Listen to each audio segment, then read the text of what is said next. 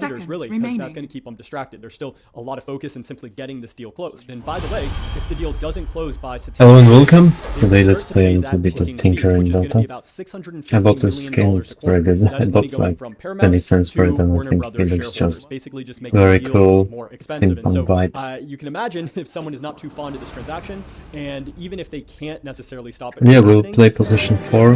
I'll try to sit in the back and so I think there's more just cast my abilities from the bushes and hopefully never get caught.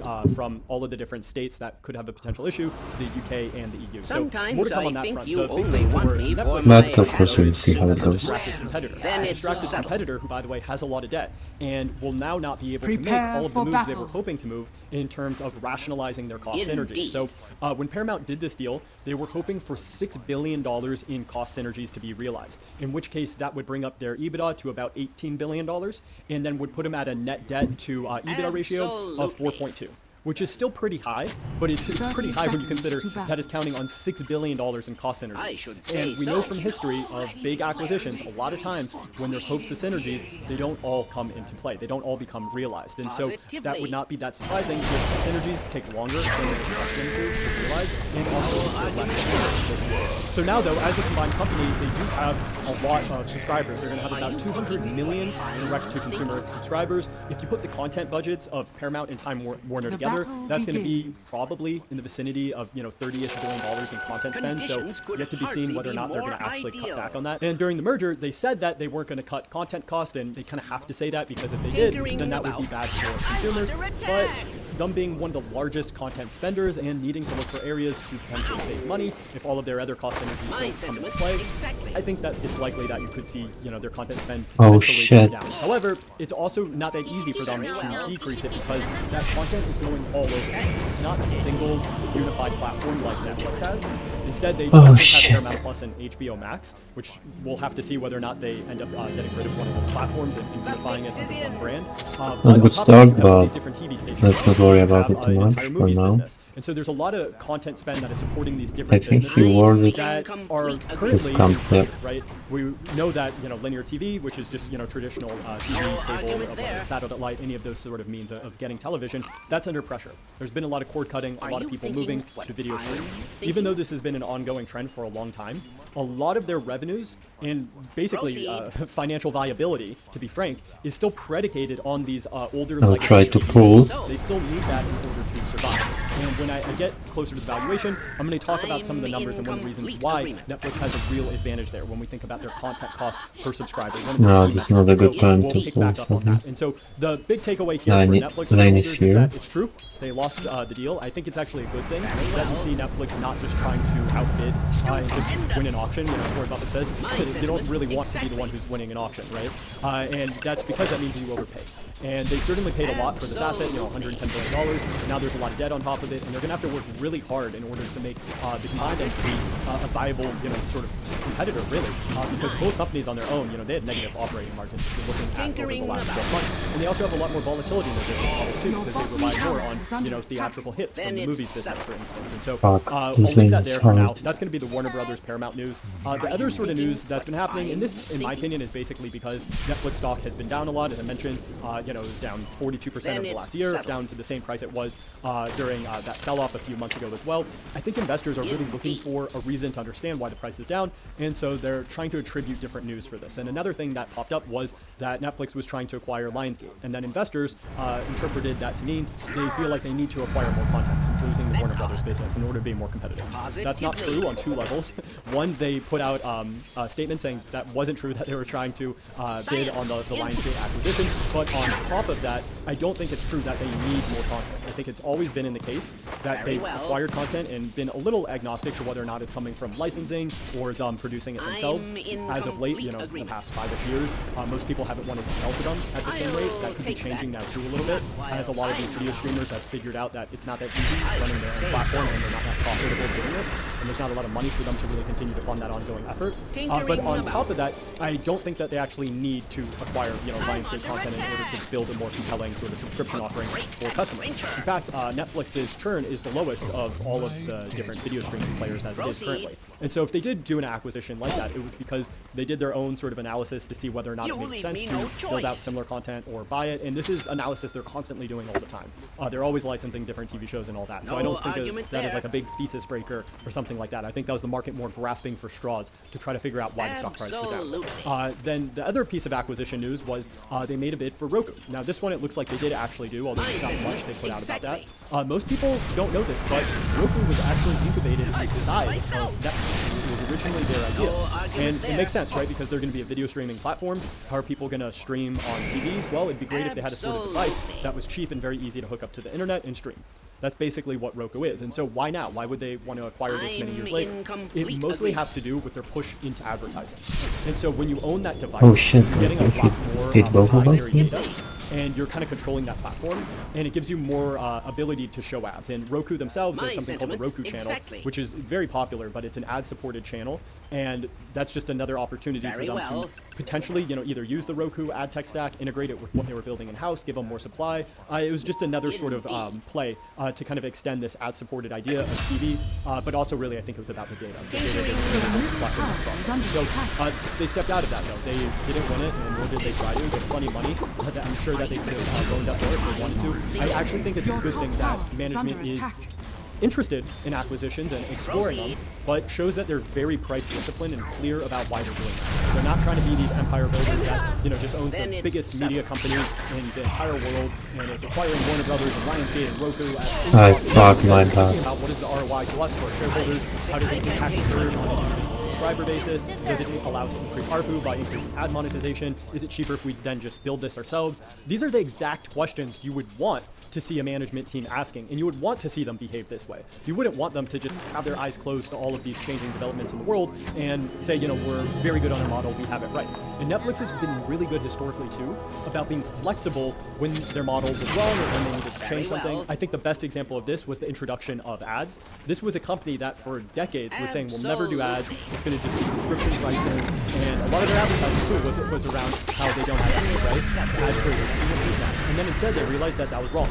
And if they wanted to expand out their service to more people and make it more affordable, they needed to get into advertising. And you see that sort of flexibility in the business, which is exactly what you would want to see again. And so the one acquisition they did do, this was back in March though, so a few months ago, was the acquisition of Pure Positive, which is an AI company that was helped co-founded by Ben Affleck. And it's really more about using AI in post-production of filming a video. It's not about, hey, going to a prompt and typing in, make me a great movie, don't make any mistakes. Instead, it's about taking the content that's already been made, using AI models to help improve the way the content looks. It's basically special effects, right? And so they made that acquisition rumored to be around $600 million, but there's earn-outs involved in all that, so we'll see whether or not they actually end up paying out all that money. But that also does kind of show how AI could be a potential beneficiary for Netflix if it is helping them lower their production costs, because all of these costs involved in making a movie or a TV series look great. It's very expensive. AI is cost, and that just means that the content it's going to go farther, and the money can go to actually paying actors to film things, and less on kind of the back end of just making everything look better, which the end result is more content for consumers. So that to me, it makes sense doing it. Whether or not the company Interactive was the right entrance into that, I don't really know, but it makes sense. It's sort of a strategic rationale to it. Other than that, there hasn't been too much really newsworthy going on in Netflix. So let's recap though kind of the opportunity that Alright, very nice. there's only 45% penetration of smart TVs out of the 800 million households. And so over time, more TVs are going to become smart TVs. That's going to allow them to stream video, and Netflix is going to gain some share of those TVs. So that's a secular tailwind that's still going on. Now, maybe it's not as impactful as it has been in the past, because the most valuable TVs are going to be the ones with the richest people behind them, which tends to be in the US, because subscription prices in the US are much higher than they are globally. And you can just see that if you're comparing, in US dollars, subscription pricing by country. So it does vary a lot. So we already have kind of the most valuable markets that have much higher smart TV penetration. But nevertheless, this is still going to be a secular tailwind as more TVs become smart TVs. And there's also going to still be the fact that these economies internationally are growing. People get richer over time to spend more on entertainment, more purchasing power. So the subscription prices could go up as well. That is kind of one of the tailwinds that's still going on. And the other thing they said is that they're only 5% of total TV time currently. And so by continuing to produce more compelling content, that could grow. There's still a lot of growth even in TV. And they also note that they're only 7% of the total TAM, which they said was 670 billion. looking at the last 12 months, they're at about $47 billion. Now, in the last earnings call, they put their opportunities into kind of 3 focuses. So the first one is just improving the core offering, and we'll talk about what that really means in a moment. The second one is going to be technology, and then the third one is going to be improving monetization. So within improving the core offering, it's a few things. So one of them they talked about is podcasts. So this is a newer initiative. Probably already noticed it on Netflix. They have a partnership with Spotify as well. And the idea here is pretty simple. This is just a new category of content. This should allow them to be particularly stronger during daytime TV, which is where they kind of sag. And so the thinking is that this could kind of help plug that a little bit. And on top of that, it could improve mobile usage because people tend to listen to podcasts very often on their phone. And so this is just another reason getting the user into that, getting them a little bit more it's also not, terribly expensive provided you're not having to pay a lot of money for licensing. You're able to spin up a lot of video podcasts, relatively easily, or you could work with Spotify as they are and different partners to get them onto the platform. And this also works a lot better now too, is that they have an ad-supported offer. And so they can now, do a revenue share split on that. They can figure it out. I don't know the details of how they're getting all these different podcasts on, but it makes sense from a content perspective as that being a weakness they had. And again, I think the mobile usage one is also a little bit under on the side, because if you can get people to view content and learn the place, that has an added bonus too, because when you're getting someone to sign in on the Netflix app to view something, you have the ability to show them more targeted ads than what could really be shown on a TV, because when you're on your phone, you have the ability to click into the ad. And that's what opened up the entire business of what's called direct response ads, the thing Meta is really, really good at. And so if they could get more people to use the Netflix app, they could potentially move more into direct response advertising. I'll touch on that more in a minute. That's a little bit more kind of a blue sky sort of scenario. I don't think that that's kind of a base case though. The next thing they're working on in improving content is going to be gaming. So they've talked a good amount about this. The gaming TAM is 150 billion, yada yada. What right to win does Netflix really have in gaming? I mean, the brutal answer is none. As of right now, they don't really have that much great IP. They have a little, but it's not, a crazy amount of IP to draw someone to a video game. They don't have any great gaming hits, and they've been at this for a few years and haven't had much traction. A little, but really not much. And so, what is their right to win? Well, they're kind of starting from scratch. They've been experimenting a lot. They're focused on this category. It's a category that doesn't really have a lot of revenue opportunity, but I think the bigger thing is about engagement. So if you're able to get someone to play a game on Netflix, then they're much less likely to do things. And that is what the real aim is. And they also noted that if someone plays a game, like maybe they create a Squid Game game, and then if you play that game, then you're more likely to engage with the TV series. And the game becoming popular in and of itself is another sort of advertising for some of their series. And so that's kind of the idea behind it. It makes sense. They'll also talk about one of the problems with games is it's very hard to acquire players, expensive, and also discovery doesn't work very well. There's not a great place to really discover games. It's usually you're finding them through a Facebook or an Instagram feed or a Twitter feed or something like that, and they're advertising. And so all of these things as problems, they make sense. Again, they're not starting from really anything, so it's hard to really judge whether or not they'll be successful here. It seems like a rational place to focus on though, and it makes sense to me that if you have more stuff just included in your subscription, that's more value to you. The question is just whether or not they'll be successful with this, and certainly people doubted that they would ever be successful creating content. Clearly they've proven they've been able to do that, and so I don't see why they couldn't, in theory, be successful with gaming as well. They've rolled out a separate gaming app called Playhouse that is just for kids, and similar sort of idea there. You have a household subscription, you get your kid playing some games there. It's more value to you. It's going to be tricky though, pricing that and actually taking ARPU up on that, because it's not going to be used by everyone. So that's going to be interesting to see how they actually think about that, because if games are only used by 10 to 20% of people, that's great, because the people that use that are much less likely to churn. But you can't raise pricing necessarily on everyone, because there's the other 80% of people that aren't getting any incremental value because they don't play the games. And so it'll be interesting to see how that plays out. They're hoping though that their gaming business can be much bigger beyond kids, which is just the first category. They've also talked about narratives, puzzle and party games, and then also mainstream games. And the idea is you sit on your TV, you pull out your smartphone, the smartphone turns into a controller, and you can just play a game right there. And if they're able to figure that out, that could be certainly interesting. It's just very hard to judge it, because now it's kind of like, a VC investment or something like that. Sure, they have, funding and, more proven management and success in different areas and all that, but we don't really know whether or not this is going to be something consumers really want, and it's going to ultimately really depend on the sort of content and games they're able to push out. But in theory, I don't see anything wrong with it, and they're not spending, silly money. The margins haven't been impacted by this effort at all. So it makes sense to me, but we'll have to see whether or not it really ends up. The next area they're focused on is technology. So there's going to be two things within this. this is going to be recommendations and ad tech. So recommendations is straightforward, but extremely powerful, because a lot of times you're not sure what TV show you want to watch. And very often you'll go to one TV streamer, then the next, then the next, then the next, until you find that.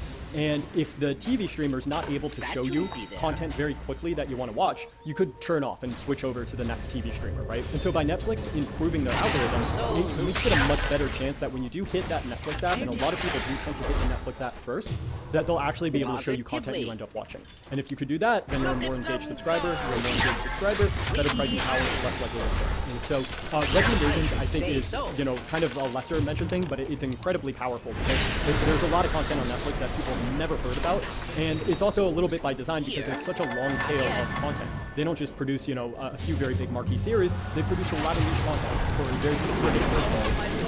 So surfacing that content to the right person, that could really, you know, increase engagement a lot more and really help them out. In terms of recommendations, even today, you can see that they're just a lot farther ahead of all the other platforms. You know, if you pull up HBO, there's really very little going on in terms of recommendations. You know, maybe what's popular or something like that. There's not a lot going on there. And, you know, tech companies now, 10 years, they haven't had a lot of time to focus on stuff like that. So there's a lot of ways in which a company that is singularly focused on one thing and doesn't have the distractions of integrating, you know, 100+ billion companies, you can see how that actually shows up in a different product experience over time. So that's going to be the first aspect of technology. The second one is going to be their ad tech stack. So this is really, really important. This is going to be the biggest thing in terms of improving monetization over time, in my opinion. So right now as it stands, you can look at their pricing, and they have an ad tier pricing, which is $8.99 a month in the US, and then it's $19.99 for the first no ad plan, right? And so the difference between the ad plan and the no ad plan is $11. That's $11 difference in pricing. So they need to make that up, that difference, in terms of advertising revenue. And my guess is they're not there yet. They're probably far off, but they picked that number and that pricing differential because that's where they thought they could get to relatively quickly. And what I think is going to happen is as they continue to improve their ad tech stack and they're able to get more advertisers onto the platform, they're able to fill more of the ad slots, because one of the problems right now is they have like 4,000 advertisers, but a lot of the ad slots, the times that they would show an ad to a user, there's just not the ad inventory there. There's no one paying for an ad. And because of that, an ad's not being shown. And so it's basically being under monetized as an ad platform. And I think what's going to happen over time, though, is as you get those ad fill rates up and you get more advertisers advertising on the platform, you have the opportunity to increase kind of this differential. And so as advertising gets better, they can adjust the pricing from either end. And so, you know, this $8.99 for advertising versus $19.99 for ad-free, this is that $11 difference. And as they're able to advertise better, that $11 difference can grow, right? So it could go from either end. So maybe they're dropping the price on the ad tier subscription. So instead of being $8.99, it could be $4.99 or $2.99. And they're making up that difference because they're able to monetize better in terms of advertising. And why is that a benefit to an investor? Well, because that means more people will be able to subscribe to the service at a lower price point. So I have no doubt if they drop the ad tier price point from $8.99 to $2.99, or maybe even make it free, you get a lot more subscribers on the platform. At the other end, though, too, they could raise the pricing of the ad-free version. And the reason why that would create a benefit is because you are fine if someone is staying in this ad version paying $8.99, because now the ad revenue is making up more of this difference. And so as it continues to make up more of this difference and push past, you know, $20 now in total that they're getting for the ad in revenue per user, then you can make the ad-free version higher than $20. And so you could play games from either end of that to see what makes the most sense for your subscriber base as you continue to monetize these guys. And so I think that eventually what's going to happen is we might have a totally free version, a free tier of Netflix, and that's going to be entirely ad supported, the same way YouTube works today.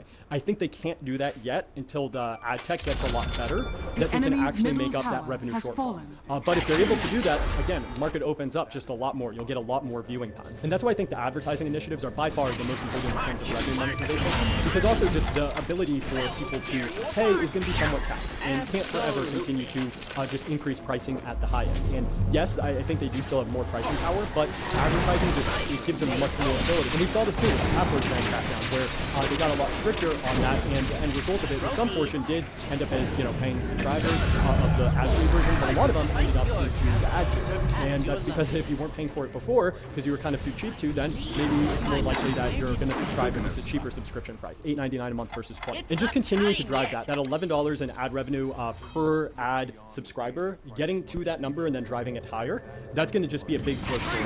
And so right now, you know, a linear TV sub is estimated to generate, you know, in the US, maybe $15 to $25 in ad revenue. So there's still a lot more room to run thereafter.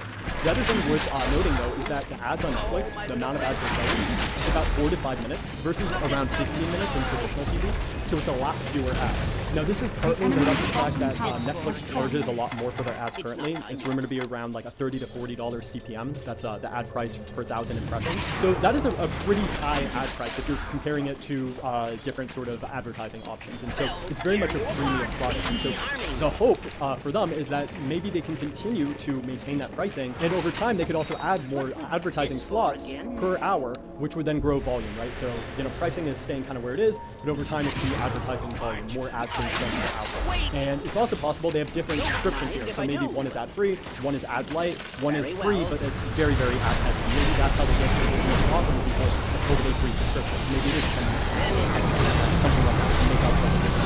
So they have all of these different opportunities. Right now, they're not filling up all their ad slots, so they're more wages in terms of onboarding advertisers, getting more advertisers online. They talked about $3 billion in ad revenue for this year. Again, that's against $7 billion in revenue, so very small portion of their overall revenue base. I think eventually, I don't see why advertising couldn't be the majority of revenues. If we're kind of just thinking about, you know, most of the world would probably prefer to pay with time rather than with cash. That's just the case for a lot of other businesses and consumer behavior that observe over time. YouTube, for instance, you know, they do $40 billion in ad revenue and maybe $20 billion estimated in subscription revenue from YouTube Premium. That's just another kind of point showing you how much bigger the advertising business is for YouTube versus subscription.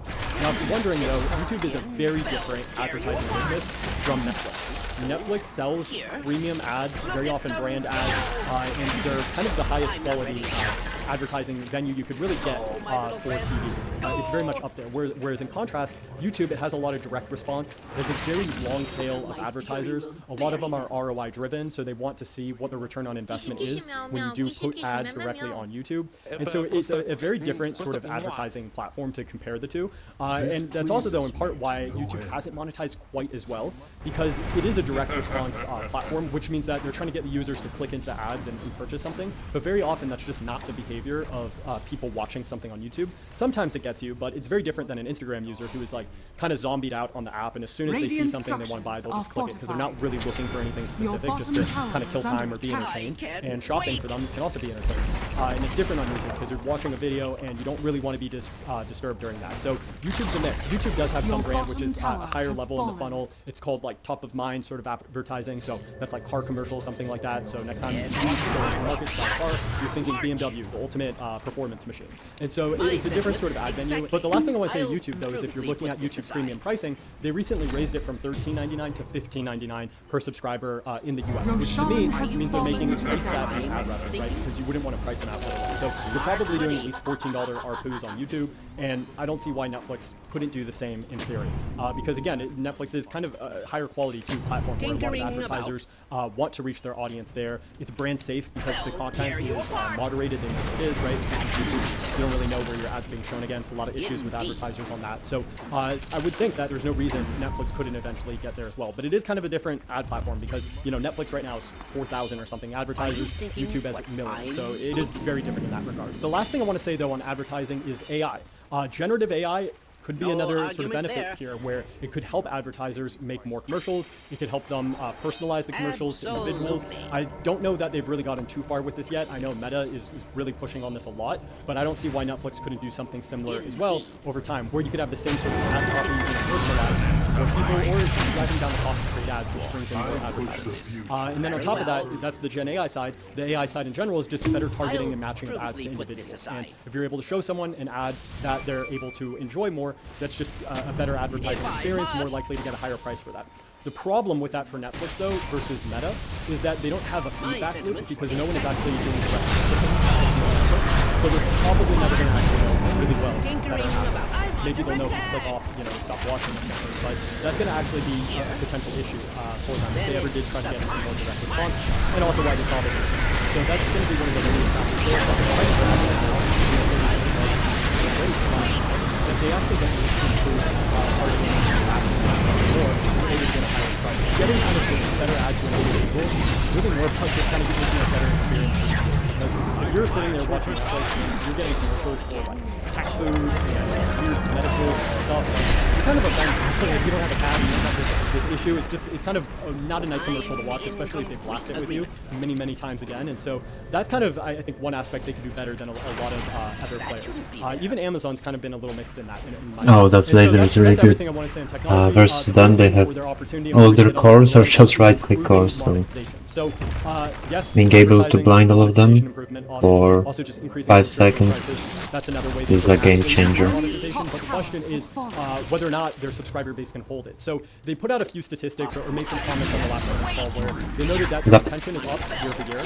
They also noted that their internal metric of judging premium quality engagement is at an all-time high. So they're very sus about what this metric is, but they say it's a good metric and it's at an all-time high. I don't know what else to make of that. Maybe they probably wouldn't tell us it was at an all-time low though. However, they did also note that Netflix's cost per hour of content consumed is cheapest among all of the streaming video on-demand players. So this is all just going to show, are we providing more value than price we're taking? Because if we provide more value and churn is stabilized, retention looks good, there's a good chance we can take more price. Right, and I pushed all of the remaining lines, so now my boys can push also. Let's join them, because the lanes will respawn in 1 second. So I can just destroy them. Maybe I will heal my team. Why Paramount Warner Brothers kind of at a competitive disadvantage. It really goes to a simple thing, which is content cost per subscriber. So right now, Teleport home, get that bottle ready. I love that teleporting people, it's crazy. He's up, take another time, bitch.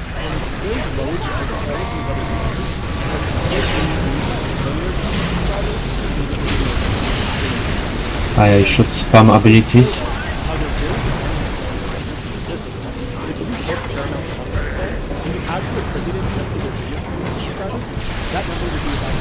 Oh shit. Oh shit, this is really bad.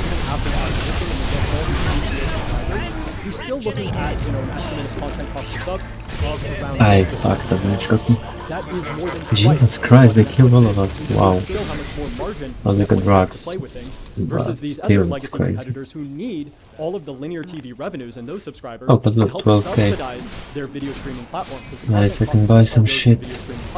Which is why you get this kind of confusing mix of, well, what content do I send to a TV channel? Well, do I have a certain sort of delay if I put something in a movie theater? How many days delay do I need to have in order to generate enough revenue? And then when do I bring it onto the streaming platform?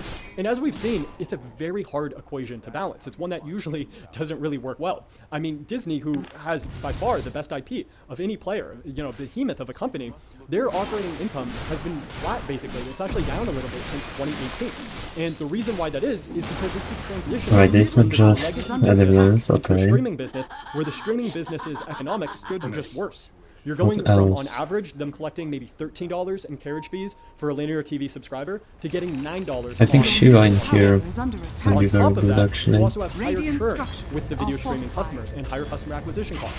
And so all of that just makes this a much worse business. Now, this hasn't been a problem for Netflix, though, because this is the business they grew up in. It's the same sort of idea as how when Clay Christensen talks about the innovator's dilemma, and when you're starting from the bottom with a very low margin business, and you're able to continually move up market, because every sort of dollar you're able to make more in that business is better than the worst business you were in before. Netflix started in this worst business of video streaming. I don't think if you collect all of the profits in video streaming, even in the future, it'll ever be quite as good as the linear streaming TV business for very idiosyncratic reasons. But that doesn't matter. That doesn't matter to Netflix. What matters to Netflix is what their individual businesses economics look like. And because they never had this legacy TV business they had to escape from, they never had to worry about over-earning in a different business, which is what is really hurting these players. Now, it's hard to get the exact content and cost numbers that I was giving you. Okay, so you see me spamming all of the abilities, although not all of them did damage to Roshan. That is because the turrets, right, they don't attack Roshan, I don't think so. But I just want them to be there, to be active, even if on times they will just be targeted by a bunch of sentries. Now, isn't that kind of interesting? Wasn't it thought that Netflix was the one that was just burning so much money? Oh my god, what have I done? Now you can look at Paramount and Warner Brothers as an entity together. I teleported way too far. Currently, Oh my god. looking at the last operating earnings for the past 12 months. And the reason why that is because it's a pretty volatile business, it's pretty high cost structure. I think my Blink Dagger has a little bit more range than you normally. And even if they can get to, you know, that $18 billion their economics are still just going to be structurally worse. And that's not something that you can get around. At the end of the day, a career subscriber is $100 million versus Netflix's 325. Range without Scepter, what? The economics are just not going to work out as well. And the real problem is though, all these different legacy business models they have to I mean, it's really good. Look at locked windows before they put the movies on their HBO platform. Then they have all these different Okay, I mean, they killed everyone. Yeah, that's the game. If I put back there just to play, but you know, you never know. Versus Netflix's very clean model. And if you're just looking yeah, Radiant Victory. Players, you know, Paramount, negative margins, Right, Time Warner, that's great. margins, Disney, a low double-digit margin, despite the fact that they have a really profitable parks business. And then you have Netflix, which is going to And be yeah, that's all. Thank you very much for watching.